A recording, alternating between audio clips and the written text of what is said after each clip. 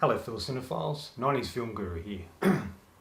Thanks for joining me today. Those who are new to the channel, my name's Sean, also known as the 90s Film Guru, and I started this channel to have my say about everything 90s movies and TV show. So welcome. Today I'm reviewing a film that I grew up on, a film I really loved as a teen, and a film that I owned on VHS, one of the very few I did own at the time, and watched it many times. Bad Boys. This came out in 1996 and this was the directorial debut of Michael Bay. And I would argue this is probably one of his best films in that it still was the early days before he started to do the type of films he made, and it felt like it had a lot of heart and interesting characters, and it was a very successful film to come out of the 90s, which a lot of them didn't do real well and were cult classics, but this is definitely one that was very successful, that went on to span many sequels. Like I mentioned, when I was a teen, younger, the two VHS movies I used to own was Bad Boys and I Know What You Did Last Summer. And I've watched those films so many times, but Bad Boys is the one I've seen most. It's probably the film I've seen most out of everything that I've seen throughout my cinema viewing experiences. It's very quotable, I know it very well, and I can just put it on, have fun with it, and quote all the lines. Came out in 1995. It was made for 19 million at the time, which was a solid budget, especially for a first-time director like Michael Bay, who came from commercial world and video clips and things like that. And you can see in particular scenes in this that he does use those techniques that he has learned. But it's kind of a very solid budget for someone for a first-time filmmaker. And from that 19 million, it went on to make 141 million. So you could see it's very successful and did really well. And it was sort of a hit for Jerry Bruckheimer and Don Simpson, which is kind of interesting. You know, that sort of was one of the films that propelled their company together forward. This is a very interesting production when it first began. It's kind of an interesting film in that it was kind of written for two comedians, and it was written to be sort of a fun and entertaining sort of action movie with humour, and the choices made to who was originally going to be in this is kind of interesting. It was meant to be originally Jon Lovitz and Dana Carvey from Wayne's World fame. What a unique choice of actors to put in a film like this. I know Dana Carvey had done a film called Clean Slate, which he played a private detective, and it had a bit of actiony aspects to it, so I could see him being in an actiony sort of film. But it's just, knowing this film as well as I do, it just seemed like an odd choice to have both of those actors. It was originally going to be called Bulletproof Hearts.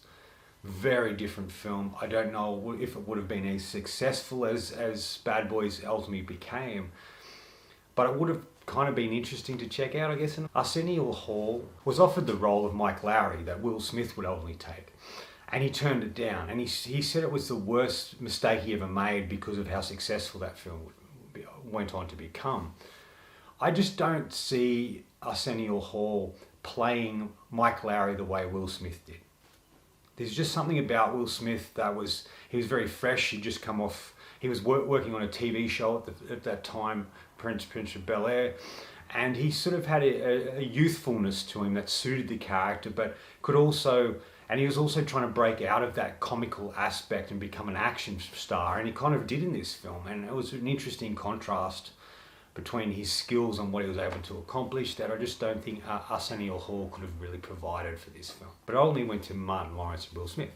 And these two actors did a fantastic job. There's a lot of improvisation happening in this particular film. Michael Bay didn't only like the script that much, so he would encourage Lawrence and Smith to improvise, and he'd also play the actors against each other a little bit, get one actor to say something to the other in a scene to see how they react. Like Will Smith saying, like when Barry and Burnett are coming back from a crime scene and they're talking in the car and they don't have what they need to solve this case, and Lowry calls his partner a bitch, and then it sort of propels Martin Lawrence to come up with these things, and then they just start singing this Bad Boys song, which is kind of, you can tell it's improvised, but it really works. It just goes to show how these two actors worked really well together. Martin Lawrence was much more known at the time. He had his own show, he came from a variety of other things as well.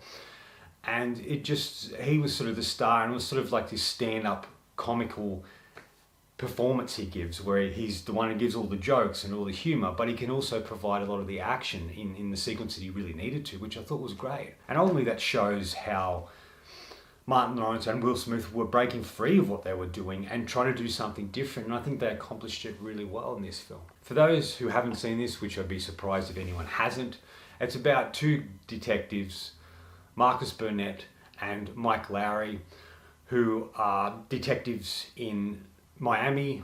The drugs from a drug bust they're involved in are stolen, and it's about them trying to get those drugs back and trying to work out who did it and to stop the drugs being sold out into the public. They only have an eyewitness that they have to protect, and they have to sort of, due to the way the witness comes into their lives, they have to pretend to be each other, and it's kind of has really comical results. And Julie, played by Tia Leone, is really great and adds a great element to these two performances by these actors, and it's sort of a really interesting and fun trio, and they work off each other really well, as they all came for some sort of comical background.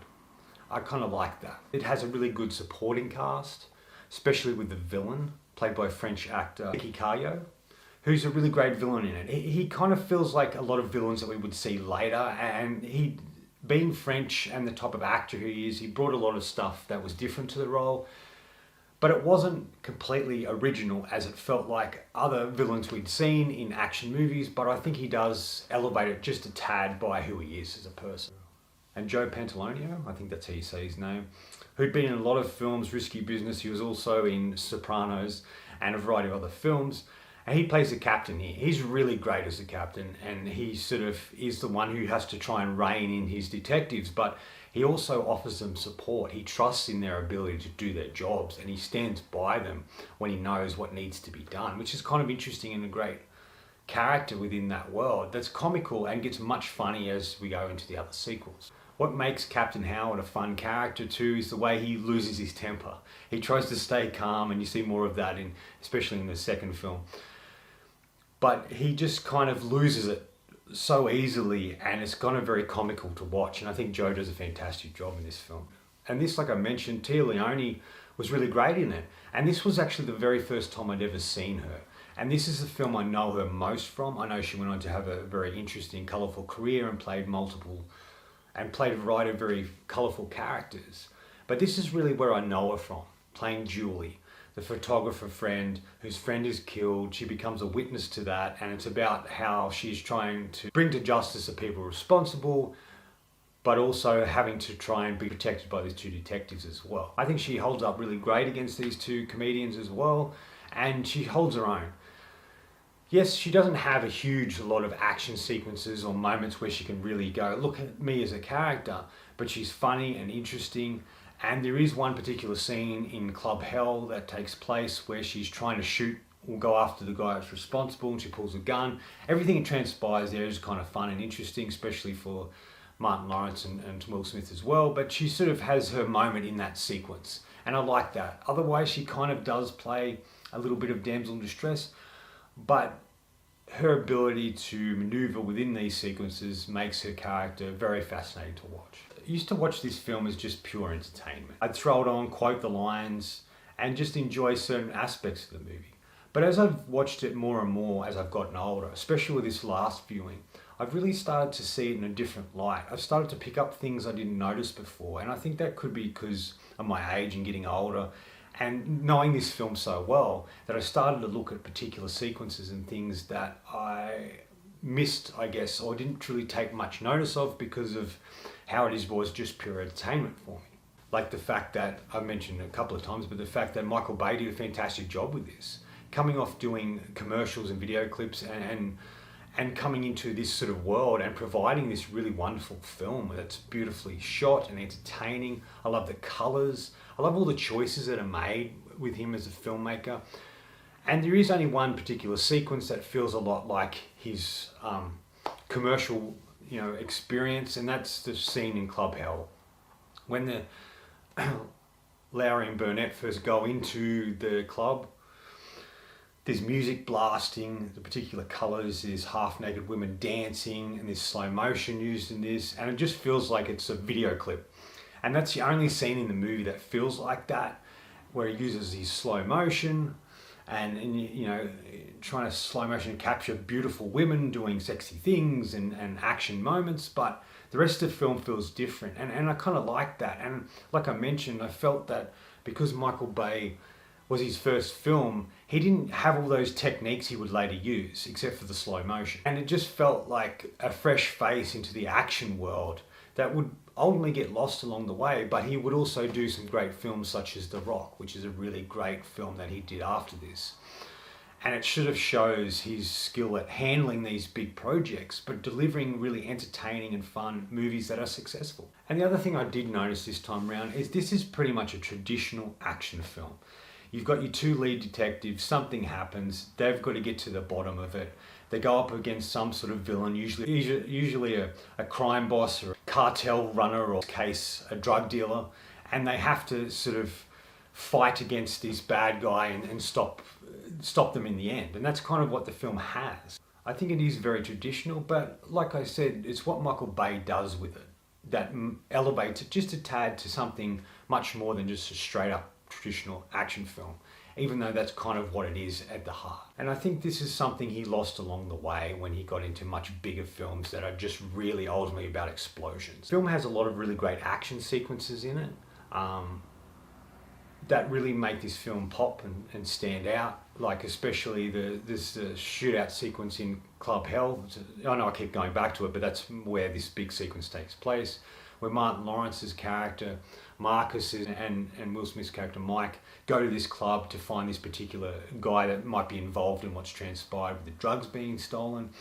And there's just some really great action sequences in it where Marcus goes to the toilet and he gets attacked, he gets a bag over his head, and the way he fights back is really cool. And the way that Will Smith's character, Mike, just jumps into action, taking bad guys out left, right and center. And just the way this is shot and executed is really great. And this is definitely one of the best action sequences in the film. There's another sequence that stands out to me, an action sequence that stands out, is the sequence at Mike's hotel where you've got the villain and his men are looking for Julie. They find her, and there's this great shootout in the hotel that spills out onto the streets. And it's about how, you know, how Mike saves Marcus from being run over, which is a very classic scene where they both stand up in the shot and the camera spins around them. And that's a shot they would use more and more as the films go on. But it just has a really great sequence that is really well executed and cut together and very fun. And of course there's the big shootout at the end in their aircraft hangar, which is really great. And then the car chase inevitably after that, Porsche versus the Cobra. And just also how Marcus, who's gotten a little shit of Mike about driving, is really bringing it. He's got a gunshot in his leg, and even Mike says to him, "It seems like that gunshot's improved your driving." And he's saying he's giving the right speech to the villain where he can't see him, and Mike says, "Why are you doing it now?" He goes, "To get it out of the way." And it's this really great sequence. I really love that, the way that all transpires and the fun in that moment. And obviously the humour that Martin Lawrence brings to this scene is quite good as well. I really like the look of the film. I like the fact it's set in Miami, which all of them are. I like that the colours and the designs of the buildings that are in these particular sequences is great. Like Mike's house is really cool. Mike's apartment's really great. Club Hell's really cool. Even the hangar at the end where the big shootout happens is great. It's just there's a lot of pascals and really wonderful and colourful and bright colours that brings a unique look to the film because of that. And this is something they didn't really focus too much more on the sequels, but this one sort of has that sort of really interesting look that I really like. There's something old about the buildings which is fascinating, and it sort of adds a new character to the film in a way. This is probably one of my favourite action films to come out of the 90s, and maybe that's because I have an attachment to it because I've watched the most of it in any other film. But there's just something really well done about this film that's grounded and entertaining and fun. There's a lot of humour to be had, especially from Martin Lawrence. And just the action sequences, the look and feel of the film, and the experience that I get every time I watch this, it really defines it as one of my favourite action films. And at times it reminded me of Lethal Weapon. It's not as good as Lethal Weapon in the character development and the way that that film explores sadness and death and just tragedy and humour. But there's just something about these two films that feels similar, where you've got the two cops who are mixed up in something and they have to work out what's going on to become the heroes in the end.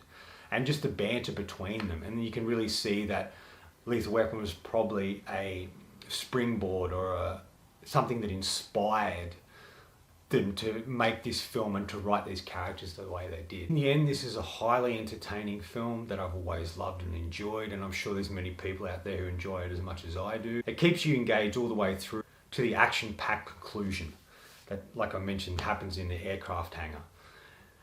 It is definitely a film I would return to many, many more times, and it's definitely a film I recommend if you like a good traditional action film. I'd give Bad Boys 4 out of 5. This film is a little higher rated than I usually probably would give a film like this, but I think it's because of the connection that I have with the movie and the impact it's had on my cinema viewing. Anyway, that's all from me today. Thanks for watching. I hope you enjoyed this video, and if you did, please subscribe down the bottom. Follow me on Letterboxd and Facebook. Otherwise, until next time, enjoy the movies.